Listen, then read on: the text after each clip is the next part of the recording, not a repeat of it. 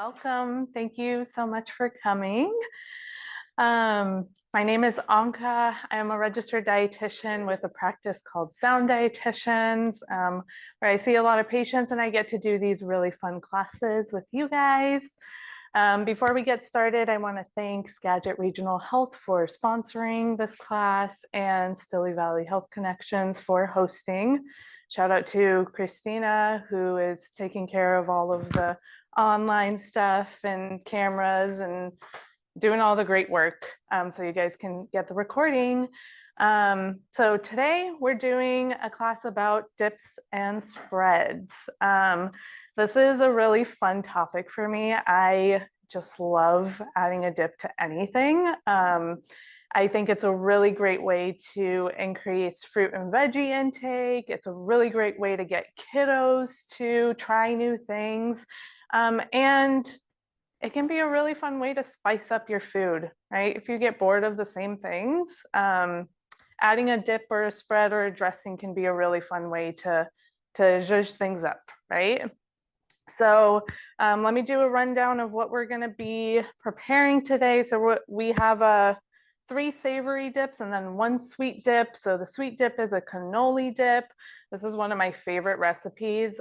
It's actually a copycat recipe of the cannoli dip from Trader Joe's, but to be honest, it's actually better.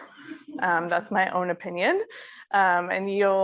And I'm really excited for you guys to try it. Hopefully you like it. And then we're going to be doing a smoked trout spread that has some cream cheese and Greek yogurt. It's really rich and decadent.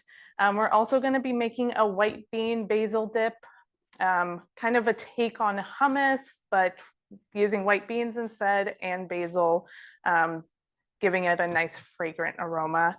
And we're going to be doing a olive tapenade spread, just to do something a little bit different with a lot of different veggies.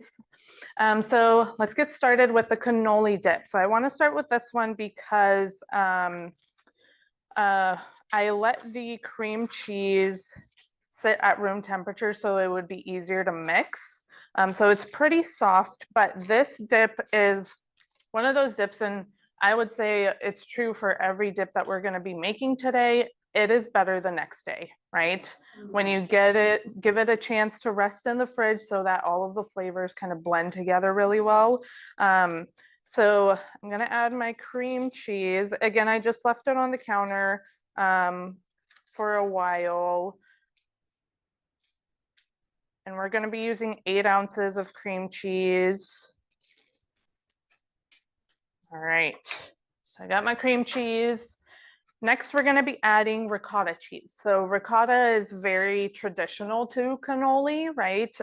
When you get actual cannolis with the shell and everything, the filling is made with ricotta cheese. So we're going to be making adding about 1 cup of this. So this is whole milk ricotta. It's really up to you if you wanted to use low fat. I feel like it gives it a better texture if you use whole milk, just because it has a little bit of extra fat. And this is a really, fresh, light, sweet cheese, right? It's used in a lot of different dessert recipes. You'll see it used a lot in Italian cooking as well. Okay. So I have my ricotta in. Just gonna get rid of this real quick. All right. Next, we're gonna add some powdered sugar. So about 1/3 cup. You can adjust the sweetness however you want. I found that 1/3 cup works pretty well because you're getting some sweetness from the ricotta. You're also getting some sweetness from the mini chocolate chips, but you can totally increase the powdered sugar if you want something a little more sweet, right? And I'm just mixing everything in a bowl with a spatula, but you could absolutely use a hand mixer or a stand mixer if you wanted it to be a little more fluffy. But I think the texture, just like hand mixing it, is really, really good too. Okay. So I'm gonna mix this a little bit just to get it blended, just a bit before I add the vanilla. Okay. So this is a great way to add some protein to your snack if you want to eat some crackers or fruit, right? A lot of times with my patients that I see, we talk about balanced eating. And what that means is basically you're eating your carbs with some protein and some fat and some vegetables, right? So fruit, for example, because most fruit does raise your blood sugar, we do consider it a carb. And eating it with something like this, where you have some fat and protein from the cheeses, makes it a more balanced snack, right? And why we care about balance is when we eat balanced meals and snacks, it helps to reduce blood sugar spikes. So it keeps our blood sugar more stable. And that's really important for if you have diabetes or prediabetes, but also we're finding that blood sugar spikes and prolonged ups and downs are also, can cause inflammation in the body and can lead to other diseases like Alzheimer's, other types of dementia. So balanced meals is and snacks is a really important part of healthy eating in general. And on the other side, it also helps to keep you more satisfied, right? So like, for example, if you just eat an apple by itself, you might feel satisfied for maybe 15 minutes to maybe an hour, depending on the person. But if you add something like a dip or something like peanut butter, it will keep you full for longer, right? Okay. So I think this cream cheese was not soft enough because it's a little clumpy, even though I left it out for quite a while. You could even microwave it a little bit, right? But I'm just gonna try to mash it a little bit. Okay. So let's add our vanilla extract. So I'm just using vanilla extract, but whoops, that was a little too much. Also vanilla, you measure with your heart. So if you do a little bit more, that is totally fine. Not a big deal at all. I've also made this recipe using vanilla bean paste to give it more of a vanilla flavor. And I think that's like a really great addition. You could also add lemon zest or orange zest as well. That would be a really nice addition. You could even add a little bit of amaretto, right? Just to give. You could, yeah, instead of the vanilla, if you wanted to add a little bit of almond kind of taste. So you could even do almond extract if you wanted as well. Okay. All right. And then mini chocolate chips. So I would highly recommend getting the mini ones just for the texture purpose. If you were to use regular chocolate chips, it's kind of a little too big just for this purpose. And I feel like it's a lot easier to dip or scoop with your fruit or crackers if you're using the mini chocolate chips. All right, so I'm just gonna fold these in. So it pretty much looks like cannoli dip, right? Like cannoli filling. So that's the whole point.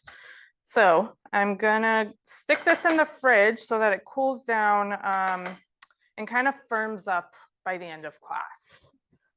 All right. Okay.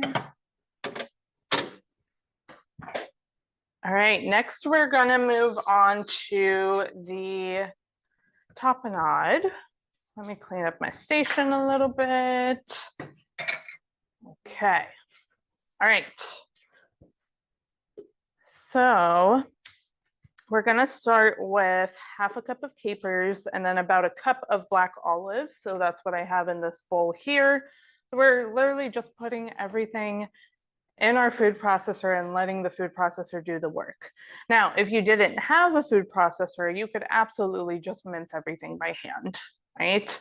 The nice thing about this dip is you can leave it as chunky as you want, right? Traditionally, olive tapenade is pretty chunky itself. And you could use other types of olives as well. You could use Kalamata olives, green olives if you wanted. Olives are really great source of healthy fats, right? Olive oil is another really great healthy fat. And then the capers are going to be providing the saltiness, right? So we're not adding any extra salt to this recipe because of the capers.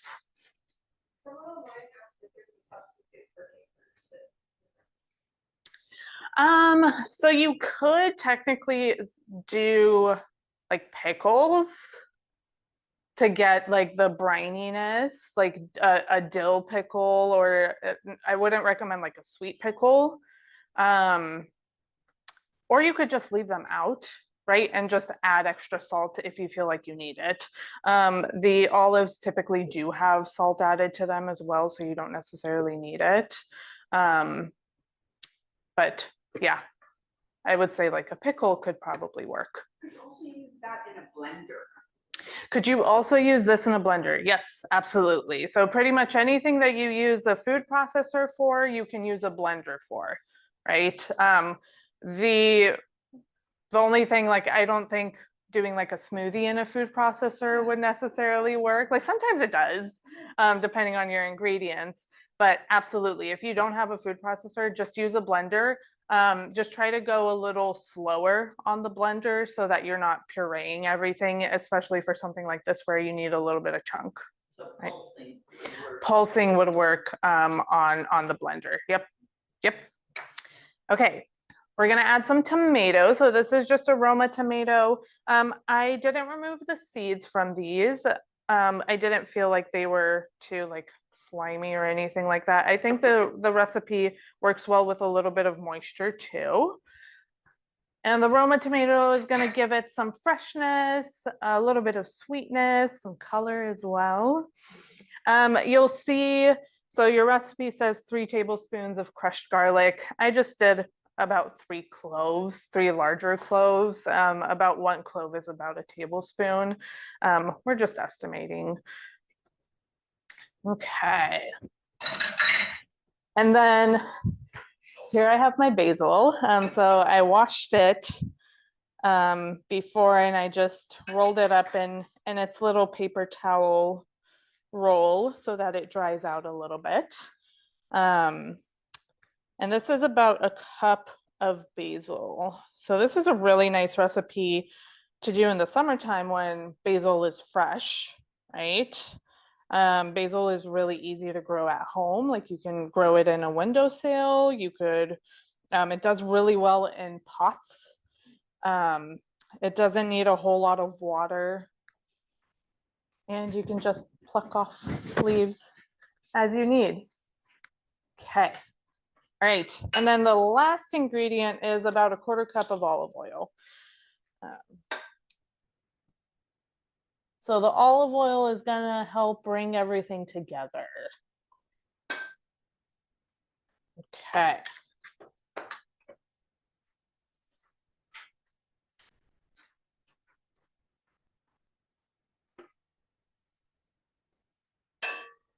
All right. So I'm gonna start by pulsing this, and we'll kind of go from there. Okay. All right. I'm actually gonna mix it a little bit. Some of the ingredients are just on the sides here.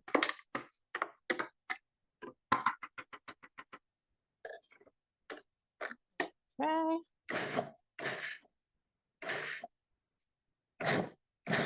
Okay. I think that's good. It smells really good. Can you guys smell the basil? Okay.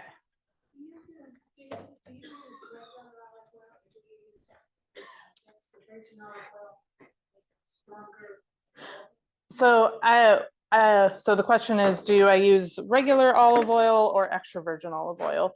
And typically I use extra virgin olive oil across the board, just because it's a little bit better, right? It's not as processed, so you're getting a lot of the healthy fats and antioxidants that still remain. And so you'll typically see with regular olive oil that the aroma isn't as strong, but also it depends where the olive oil comes from and the type of olive. That also dictates what the aroma is going to be like, right? So I think just across the board, using an extra virgin olive oil is a really good idea. And also looking at your labels to see where the olive oil originated from, right? So you want ideally just one country of origin. This one is made in Australia, but we have a lot of good olive oils that are made in California as well.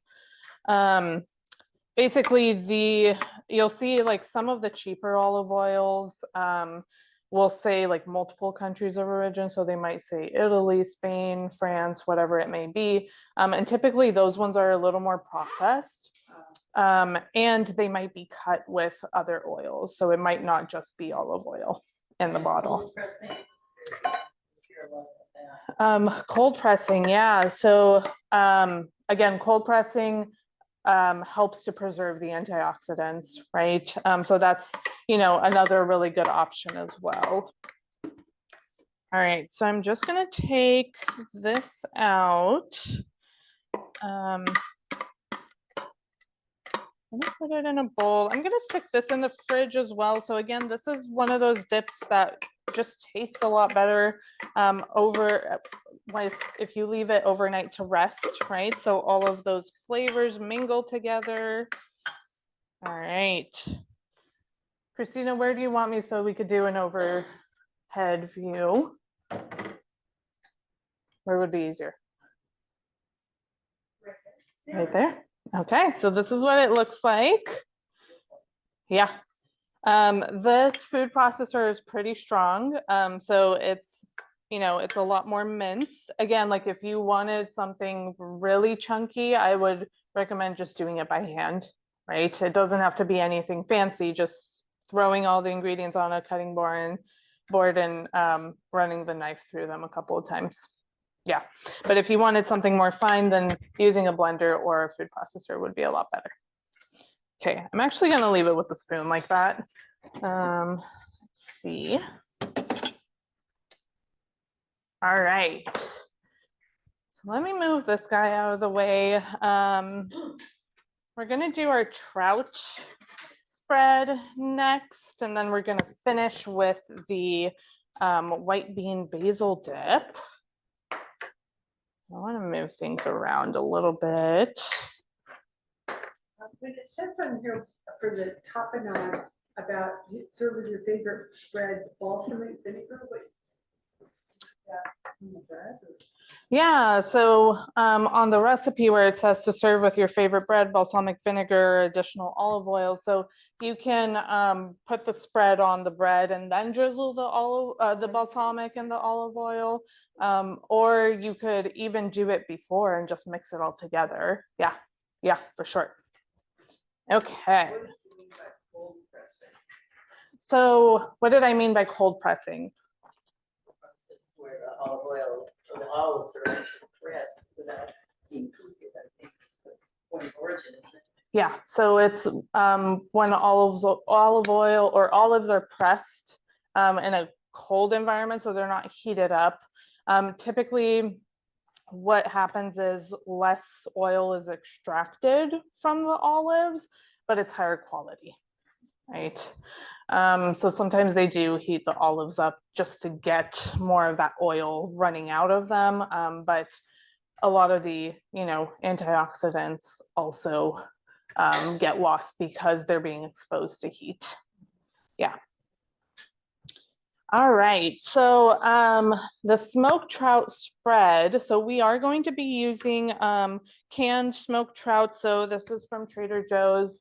I highly recommend trying their canned fish. It's a lot cheaper than a lot of places, and they have a really nice variety of different types of canned fish. That being said, you can use any type of canned fish, and it doesn't need to be smoked necessarily for this recipe. So you could do tuna, you could do salmon, you could do herring, you could do sardines. Anchovies might be a little difficult just because they're so salty, but really you could do anything, right? So we're gonna start with, we have some Greek yogurt. So this is just a full fat Greek yogurt. You could also do low fat or fat free. And again, this is another one where you can just do it in a bowl. You don't need a whole lot of equipment. And with the fish being so delicate because it's canned, you don't really need something like a blender or a food processor to get it kind of smooth. But you could certainly, if you didn't want to do anything by hand, you could just throw everything in a food processor. It's just going to be a lot smoother, right? And the nice thing about this dip is it's a little chunky, right? It gives you a little bit of texture. So we're going to be using about 4 ounces of cream cheese. Just going to throw this in here. Okay. All right. So again, this is another one of those recipes where you're getting quite a bit of protein too because of the Greek yogurt and the fish.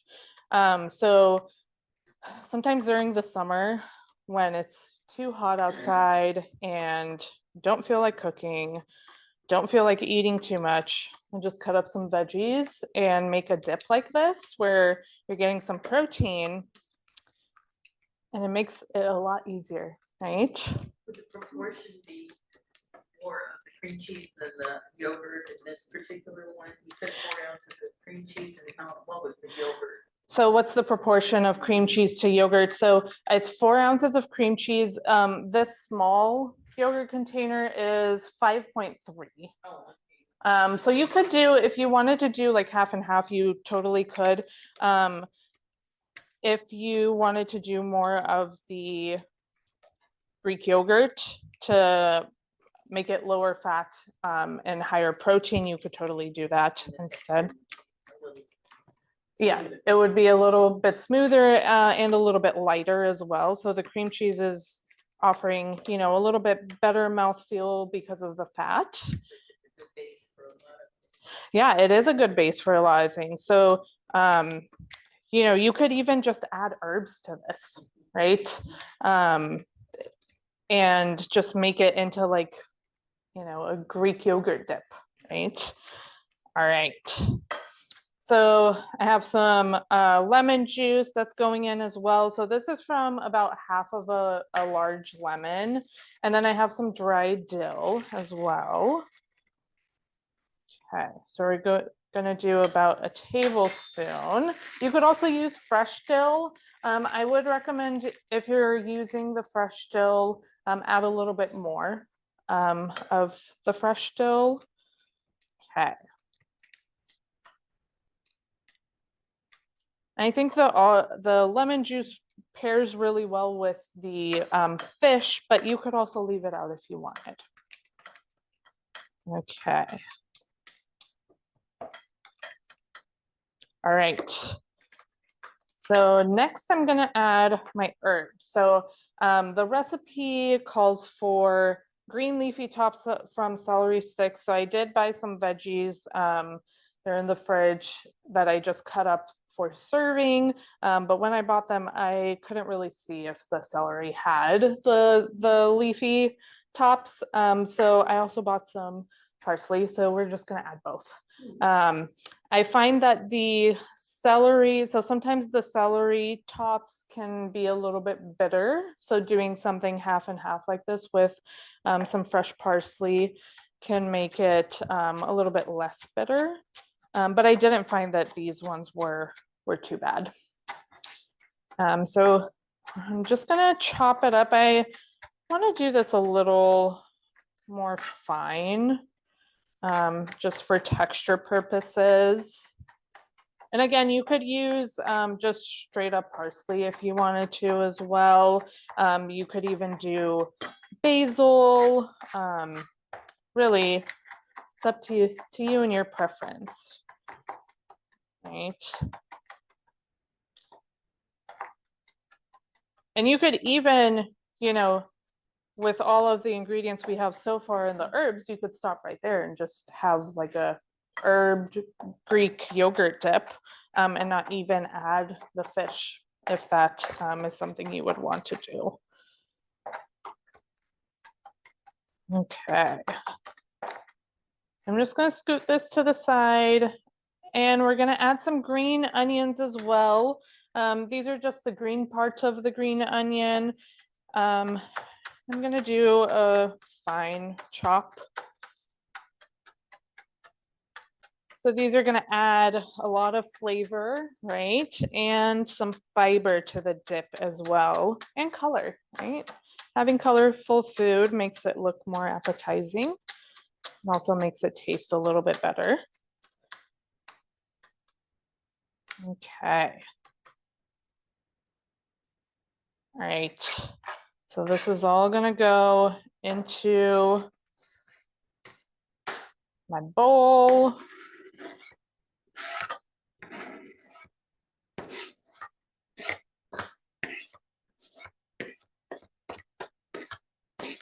Okay.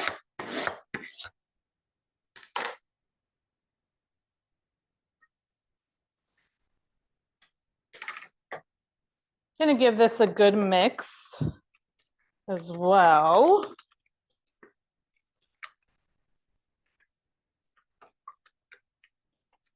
It looks beautiful on its own, huh? Very vibrant. Yeah. Okay.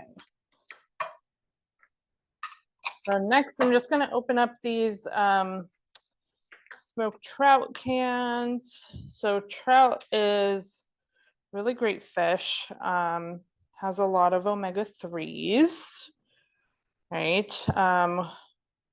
So omega-3s, we can get them from animal sources. So that's going to be your fish, right? Your fatty fish,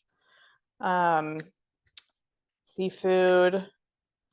And we can also get omega-3s from plant sources. So that's going to be things like your olive oil and nuts and seeds, hemp seeds, chia seeds, flax seeds. A lot of people think that avocados actually have omega-3s, and they are not a good source of omega-3s, actually. They do have a lot of other healthy fats, but not omega-3s. Yeah. All right. So I'm not adding the oil. I will mix this up. And if, so this is like oil, but also like some of the juices from the fish as well. So if I feel like this needs to be loosened up a little bit, I will add some of the oil to it. Yeah. And this one particularly, like the texture of it, feels a little bit harder than a sardine, for example. Feels more like a tuna, if anything. Okay. So I just want to mash it with my spatula so that it's incorporated throughout the entire dip, right? But again, this is one of those dips that's a little more chunky. You could run it through a processor or a blender to get it more smooth. But sometimes having a little bit of texture is really nice, right? Does Trader Joe's sell the tuna in that form too, where they be little bit bigger pieces than the usual, chicken of the sea where they're all minced up? Yeah, so you could totally use tuna that has like bigger pieces, or you could do the minced one too. Yeah. Does Trader Joe sell a tuna like that? Does Trader Joe sell a tuna like that? I It's believe more like so. doing sushi or. No, I think they do. They do sell tuna like that. And they have canned salmon that is actually really good and not that expensive for the quantity, which is really nice. All right, so here's our dip. Doesn't that look beautiful? Yeah. Okay. So I'm just gonna leave this one out. I don't feel like it needs to harden too much. So it does typically, because of the cream cheese and the fish, does harden a little bit in the fridge. So you could, if you wanted something to be a little more smooth, you could add a little bit of extra oil or do a little bit more yogurt to make it a little looser to account for the fact that it does firm up a little bit in the fridge. Okay, so let me get rid of my tuna cans so I don't accidentally cut myself.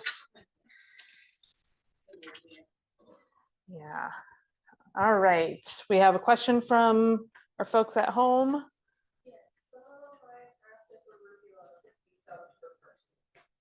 You could. Yeah, you totally could do arugula. And actually for this next dip, instead of the basil, you could use arugula or you could use spinach. Yeah. You're not going to get the basil flavor, but you're still going to get the color and some nutrition, right? Extra nutrition.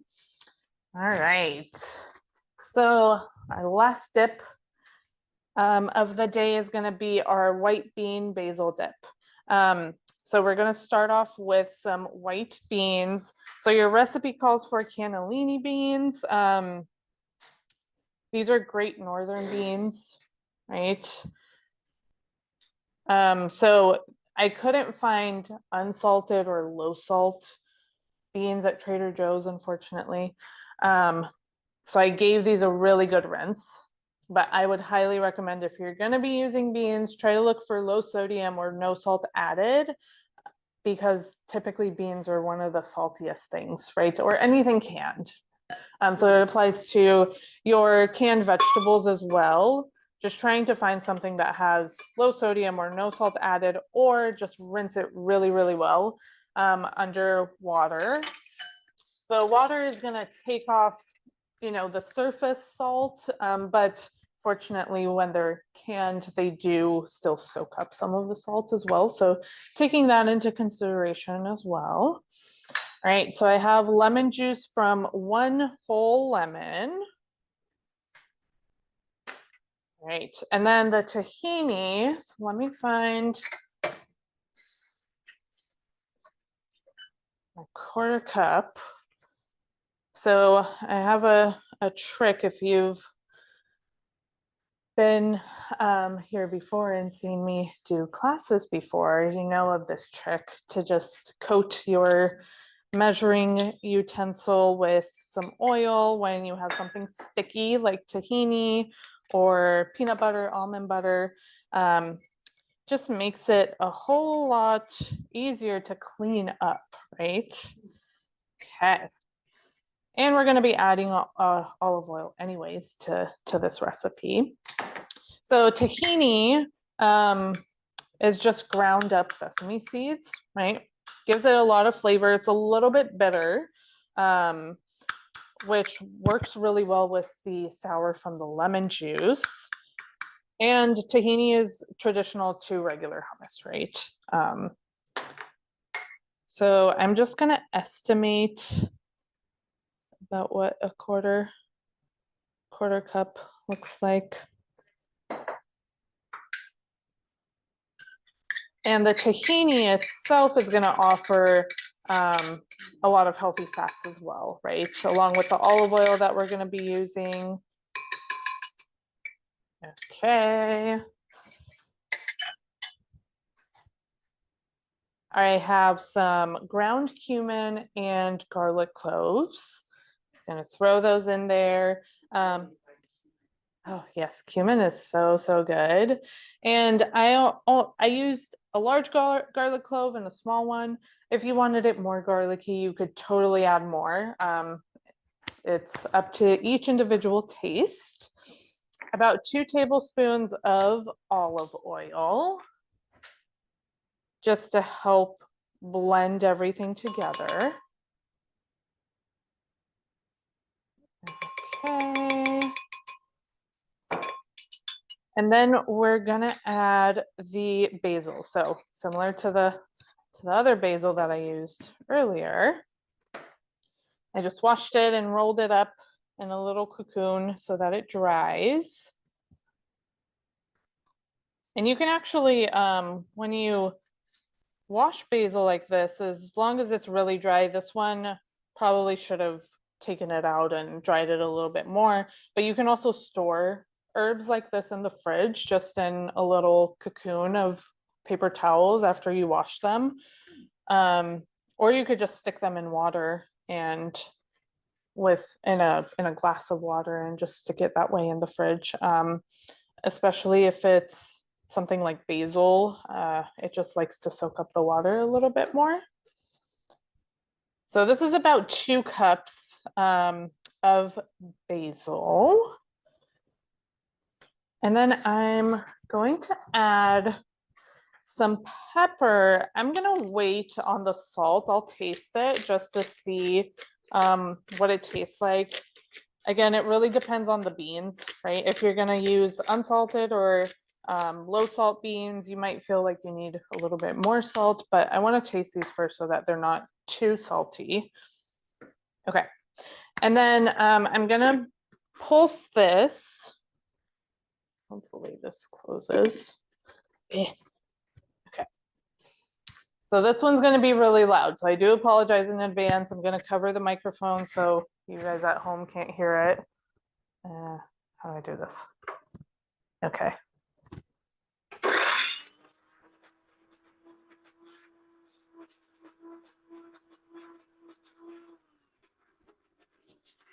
Okay. So it's doing a good job at mashing what's at the bottom, but not so good what's mashing up top.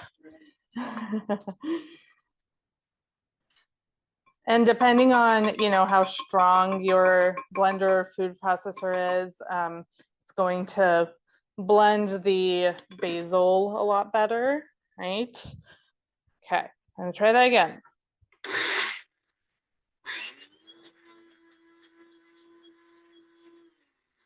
Okay, I think it just needs some water from the starch. So typically I would just drizzle in the water. And I think we're gonna need quite a bit of water for this one. I'm gonna do 3 tablespoons and we'll go from there.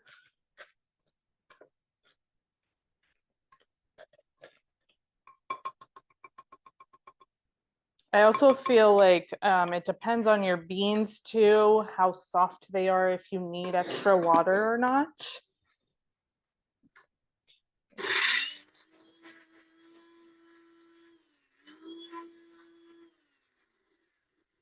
Okay, let's try this.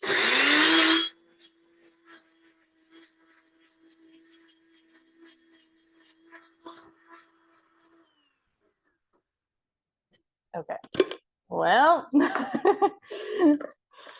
we were talking about the blender before class, if it was going to cooperate. I mean, it's doing a pretty good job. It just needs a little bit of time. Yeah. So we're gonna try that again. I'm gonna add a little bit more water.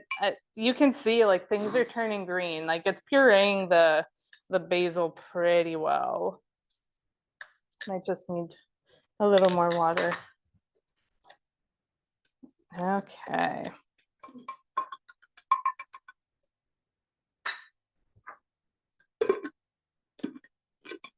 Oh gosh.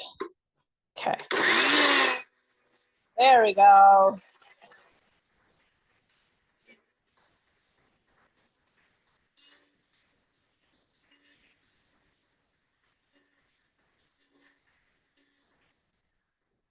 Okay, it's getting a little overheated.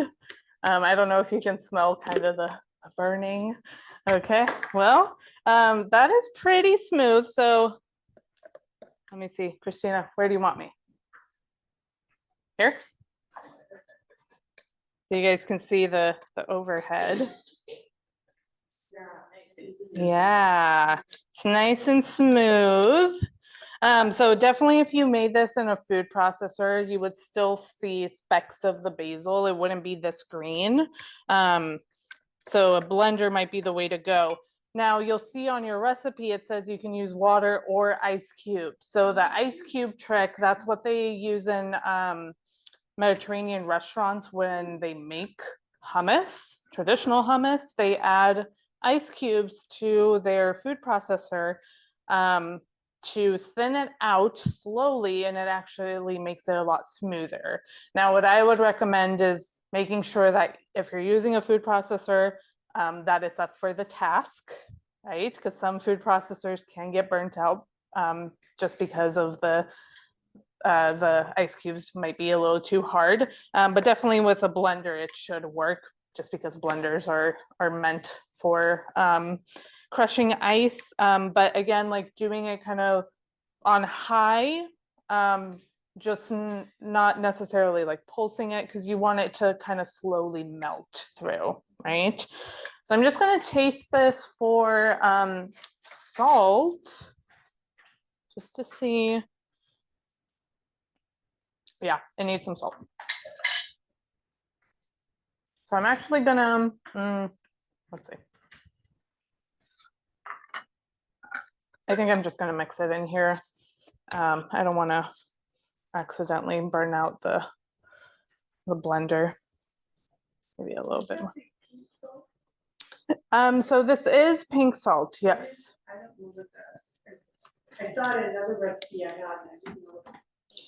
Yeah, so pink salt just has some added minerals to it. It typically comes from the Himalayan mountains. This one, again, is just Trader Joe's brand. You could also use whatever salt you want. Iodized, Celtic sea salt, French gray salt, whatever one. Yeah. Okay, that's good. All right. So I'm gonna pour this out.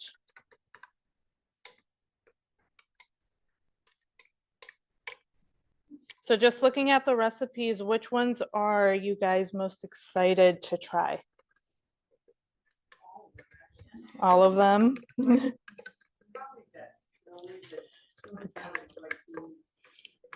Yeah, the cannoli dip. That's one of my favorite ones. Okay. So the last thing I'm gonna do is, so we have our basil, our smoked trout.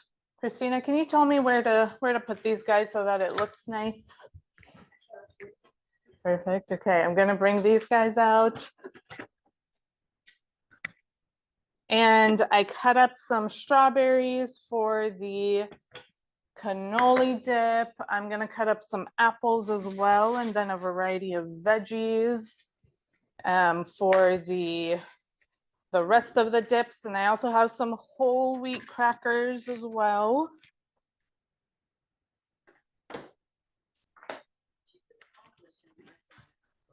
Right. I mean, to be fair, I did spend another, hour and 15 minutes doing the prep for all the cutting and everything.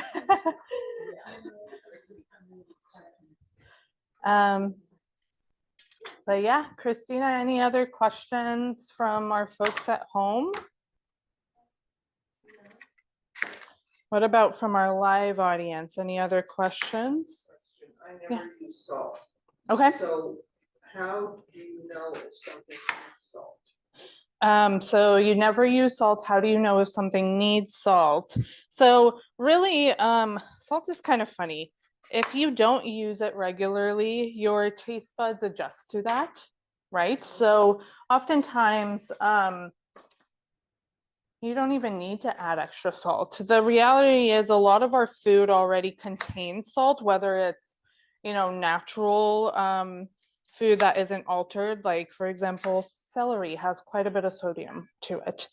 Or even, our processed foods, if you look at the label, you'll see the sodium content. So if you're not used to adding salt to foods, you don't necessarily need to, right? It's really just tasting it to see. Sometimes if you taste something and it doesn't quite taste right, it might mean that it either needs salt, it needs some fat, heat, so something a little bit spicy, or acid, so something sour. So sometimes even adding a drop or two of lemon or lime juice can make something taste a lot better, right? Yeah. I don't eat a lot of salt either, but it frustrates me because I cannot find a mayonnaise that doesn't have salt. Oh, okay. So you can't. Every mayo has at least like 4, grams of salt. Yeah. There aren't a lot of mayos out there that don't have salt. Yep. I wish there was something that I guess you could make your own mayo. You could make your own mayo. Yeah, that's what I was gonna suggest. Or like another tip, if you weren't too keen on just the mayo, you could mix it with a little bit of like yogurt, Oh, yeah, right, to thin it out a little bit. you need that salt. Yeah, for sure. That growing up, if I cook dinner, it would be, I don't put salt in the brown water, I don't put it in the pasta water, no way. Yeah. Yeah, sherry cooked dinner. Do you Yeah. have sodium in some other form that you need? How do you get sodium in supplement? Oh. Yeah, so there's for folks at home, there's discussion in the room about sodium and how we get sodium if we're not eating salt. And really the reality is a lot of fruits, vegetables, meats, and pretty much any food has some form of sodium. There are cases where there might be something going on where we're losing a lot more salt and we might need to supplement it with either salt in our cooking or salt tablets. There are some diseases out there where sodium is a lot more important to consume, but oftentimes just in our food in general has plenty of sodium, and the reality is we don't need a whole lot, and it's a lot better if we eat less salt just for our heart health and kidney health, right? So it's really watching the salt, not adding too much, and knowing that your taste buds do adjust after a couple of weeks to less salt. So things naturally just taste saltier in general. Okay, so I'm just going to add the crackers to a bowl, and I think we are ready to eat. Any other last minute questions, Christina, from our folks at home? Woo. Oh boy. Yeah. So how long does tahini keep after it's opened? So you can keep it, I would recommend keeping it in the fridge. It's gonna last a couple of months at least. Yeah. Yeah. Another question? Are these all good for diabetic? Yeah, so are these good for people that have diabetes? So, kind of going back to eat, sorry, let me put this down so I'm not crackling.